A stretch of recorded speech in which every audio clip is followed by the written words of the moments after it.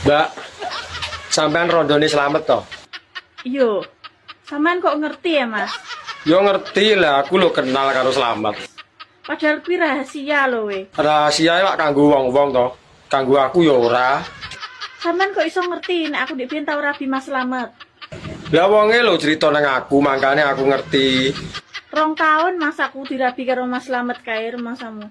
Lah kok kilat men toh? Kok morong tahun nih? Urung iso move on aku sampai saiki kok. Barang wis kebacut lho, mbok rasah dieling-eling. Sing ditopo cahe saiki. Lah nyapa toh kok ngantek gak iso lali? Kemecer aku nek eling. Sing marai gak iso move on ya apa? Sing marai gak iso lali aku untune Mas, tenan. Oh alah, mur perkara untu toh.